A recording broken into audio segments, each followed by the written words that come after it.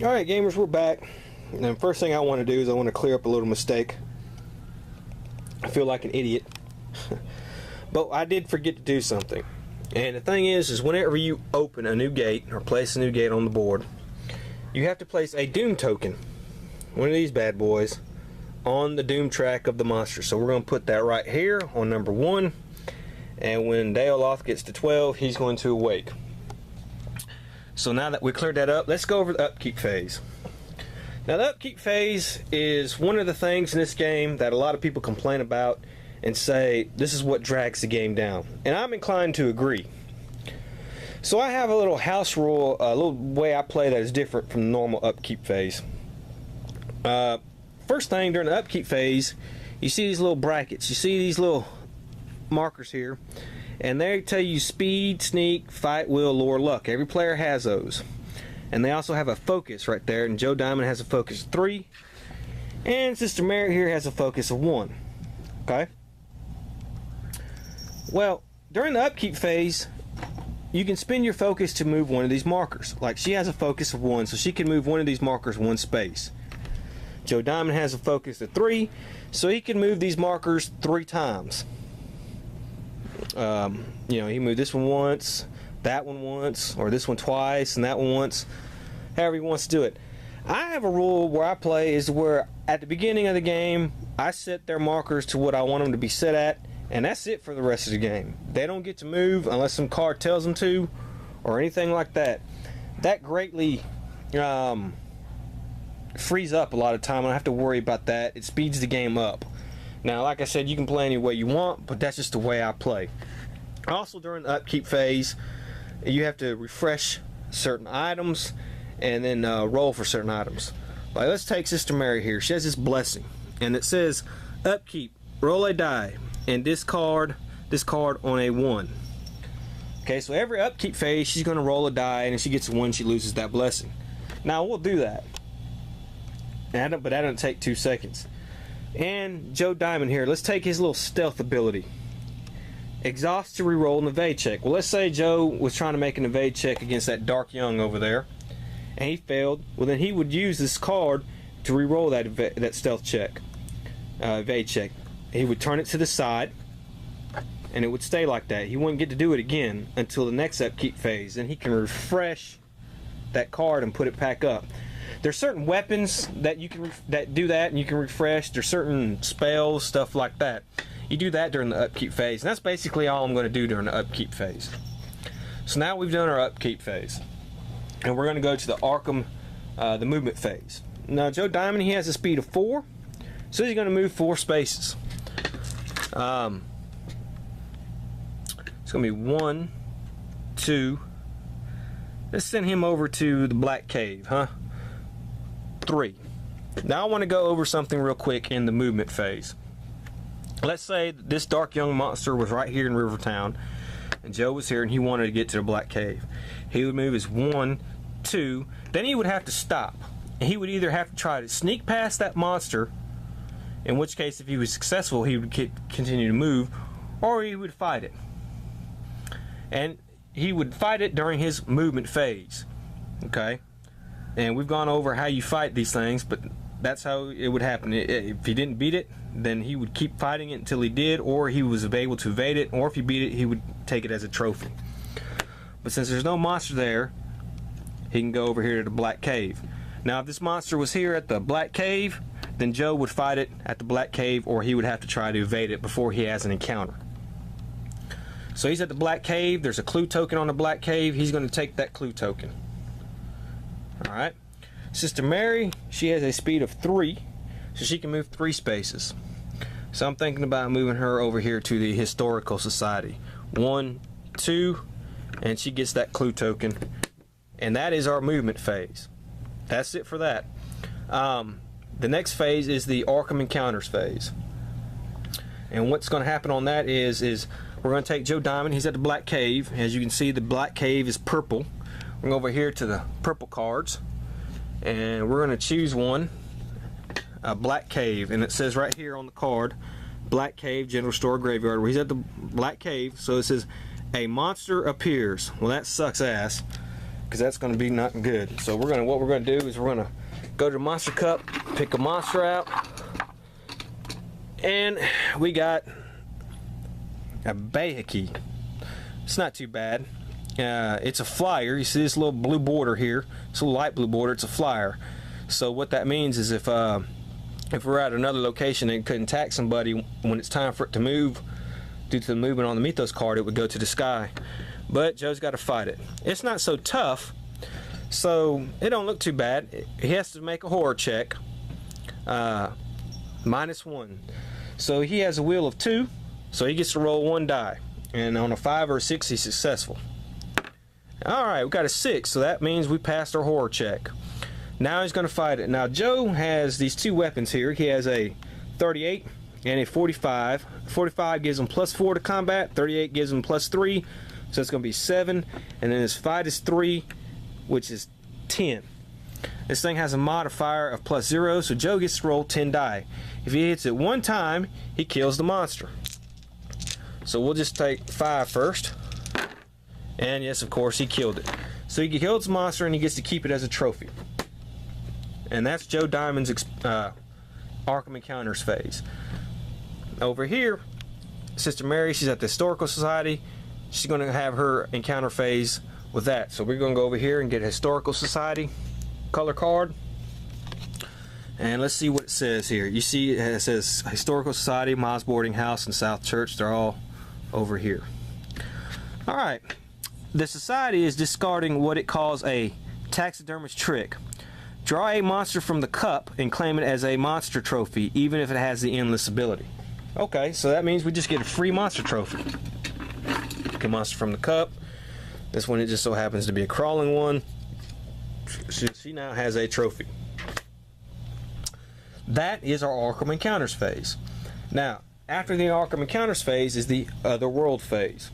Now, if anybody were in any of these other worlds, they would do their encounter. And we'll get more into that when somebody does get to the other worlds. But since there's nobody in the other worlds, we're going to go ahead and just get past that. And we're going to end our turn. We're going to pass the first player token over here to Sister Mary. So she was now our first player. And then we're going to start all over and have a new Mythos phase with a new Mythos card. And let's see what it says. It's a rumor card. These rumor cards stink. I hate these rumor cards. They're no... Ah, God. Alright, so we're going to start at Hibbs Roadhouse. We're going to put a gate there. So let's take a gate, put it at Hibbs Roadhouse. That clue token is gone. Alright, and we got to put a monster there. So let's draw a monster. Okay. Another Dark Young. Damn. Alright, now you see we're going to do monster movement. Now, both the monsters, the Dark Young monsters we have on the border, yellow border, they're stationary, so that means they're not going anywhere. So we don't have to worry about movement. Now, rumors are usually different. They're usually the pain in the ass cards, and they have a special thing you have to do with them. And it says setup. Place 3 clue tokens on this rumor. Just as a side note, there can only be 1 rumor card on at a time. So if the next turn I were to pick another rumor card from the Mythos deck, we would have to just discard it and pick a new card. You cannot have more than 1 rumor going. Okay, so we put 3 clue tokens on this card. Ongoing effect. Each time a gate opens, discard a clue token from this rumor. Each time an investigator casts a spell, add a clue token to this rumor. When there are 6 clue tokens on this rumor, return it to the box and each investigator gains 1 spell. When there are 0 clue tokens on this rumor, return it to the box and each investigator loses 2 sanity. It's actually not that bad for a rumor. I don't really care if we pass it or not. So there we go. And of course we have a new gate opening, so we got to put a Doom token on the Doom track, and we're at 2 now for this. Alright. So let's we've handled that. So let's handle the upkeep phase. And we're just going to roll for Sister Mary's blessing and hope we don't get a 1. Thank goodness we didn't get a 1. Alright, so it's her turn. So I want to send her over to the... We'll see, where's a good place for her to go? We'll send her to the woods so she can get a new clue token. 1, 2, 3. Alright, she's got that clue token. Alright, let's see, Joe Diamond. Why don't we just send him next door to the graveyard? 1, 2. He gets that clue token, and now he has 5. So he can start thinking about sealing a gate. Alright. And that is the Arkham Encounters phase. Sister Mary's at the woods. It's a red. See the red border around it? So we're going to pick a red card, the woods. Alright. Alright. It says you stealthily watch an old man place something in a hollow tree. Waiting for him to leave, you may reach in to retrieve the item. Make a luck +0 check if so. So that means I get to choose whether or not I can even have to do this. She has a luck of 4. So I think I'm pretty much going to try to... I'm sorry, she has a luck of 3. I got moved. She's going to try to do it since there's no modifier. If you pass, draw 1 common item. If you fail, something in the tree savages your hand. Lose 1 stamina. Alright, well she's blessed, so all I got to get is a 4, 5, or 6. Oh shit, I didn't get it. Oh boy. Alright, that's terrible. I could, if I wanted to, I can spend one of my clue tokens and re-roll one of the dice and hope I get it.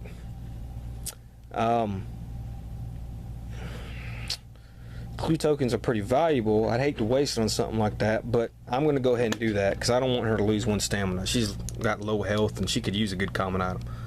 So we'll roll again. Hey, we got it. Alright, 4. So that clue token is gone, but she gets 1 common item. And let's see what we got. Handcuffs. Okay, well, okay, that's not that good. Alright, so Joe Diamond, he's here at the graveyard, so let's see what happens to him. You find the half-buried corpse of a strange being. Draw a monster from the cup and take it as a monster trophy if it has the endless ability. So Joe Diamond gets another monster trophy here. Let's pick out our little Halloween cup here. And you got Tico. Dumb name. Okay, well, so he's got that. Alright, so we're going to pass the first player token back to Joe, because we're not going to have any other worlds encounters. So he's going to go back to the first player, and nobody casts a spell, so we're not going to add a clue token to that rumor. And it looks like a new gate's going to open, so we'll probably be taking 1 off. So now we do the Mythos phase again, and let's see what we got here. Alright, Unvisited Isle, which already has a gate. So if you pick a card and it says it has a gate opening at a place that already has a gate, you have what you call a monster surge.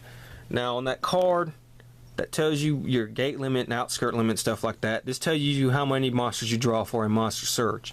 And in this place we draw 1 monster for a monster surge. Now the more players you have, the more monsters you draw for a monster surge. So we're going to draw 1 monster, have a monster surge, and we have to try to put it on that gate. And there can be more than 1 monster at each location. There can be 20 monsters if you wanted to at a location. So this monster is a star spawn. It is a black border. So it's normally going to move. It has no special abilities. It's a pretty tough one though. So we're going to put that over here with the Dark Young.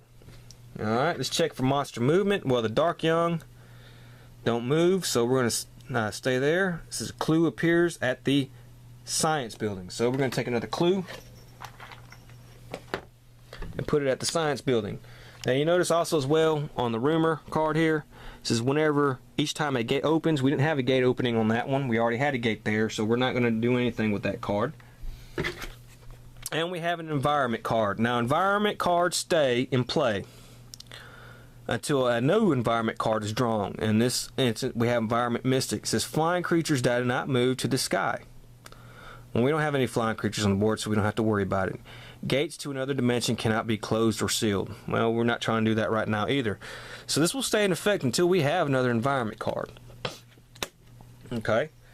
So we will not be putting a Doom token on the Doom trap because no new gate open. We just had a monster surge. So now it's going to be Joe Diamond's turn. Joe Diamond, well, it's almost time for him to start. That Dark Young though is going to be a pain in the ass to beat. I'd rather Mary fight him. I tell you what, let's let Joe Diamond's got some money to burn. Let's take him to the general store. So he's going to go 1, 2. Alright, Mary, we want her to get them clue tokens, so we're going to move her 1, 2, 3 to the science building, and she gets all the clue tokens there, which is 3. So she has 4 clue tokens now. And let's see, now we're going to go to Arkham Encounters phase. Now, instead of picking a card for the general store, you see how it has text below it. Joe is going to choose to do the text, and the text for the general says, instead of having an encounter here, you may draw 3 common items and purchase one of them for its list price. Discard the other 2 items.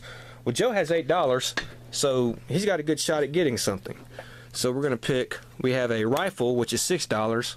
That's pretty good right there. We have a carbine rifle. That's $4. That one you have to exhaust, though. And we have a elephant gun. Jesus Christ. Exhaust, making an 8. But you gotta refresh it and all that stuff. I think he's probably gonna take the rifle. He can, you see how that rifle has 2 little hands under, so this is a 2-handed weapon, so you can only use this weapon, you can't have 2 weapons if you're using this weapon. You can only have, you can carry as many items as you want. And that's one of the good things about this game, is there's no carrying limit. You can carry as many items, allies, spells as you want, but he can only fight. See, Joe would either fight with the 38 and the 45 since they have 1 hand, or he could fight with the rifle, it's 2 hands.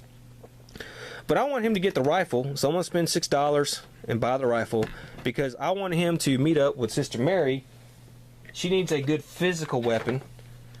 She has the holy water and the cross, which are magical weapons. I want her to have a good physical weapon, so I'll have him to end up getting up with her in a next round or so and trading some weapons and giving that to her.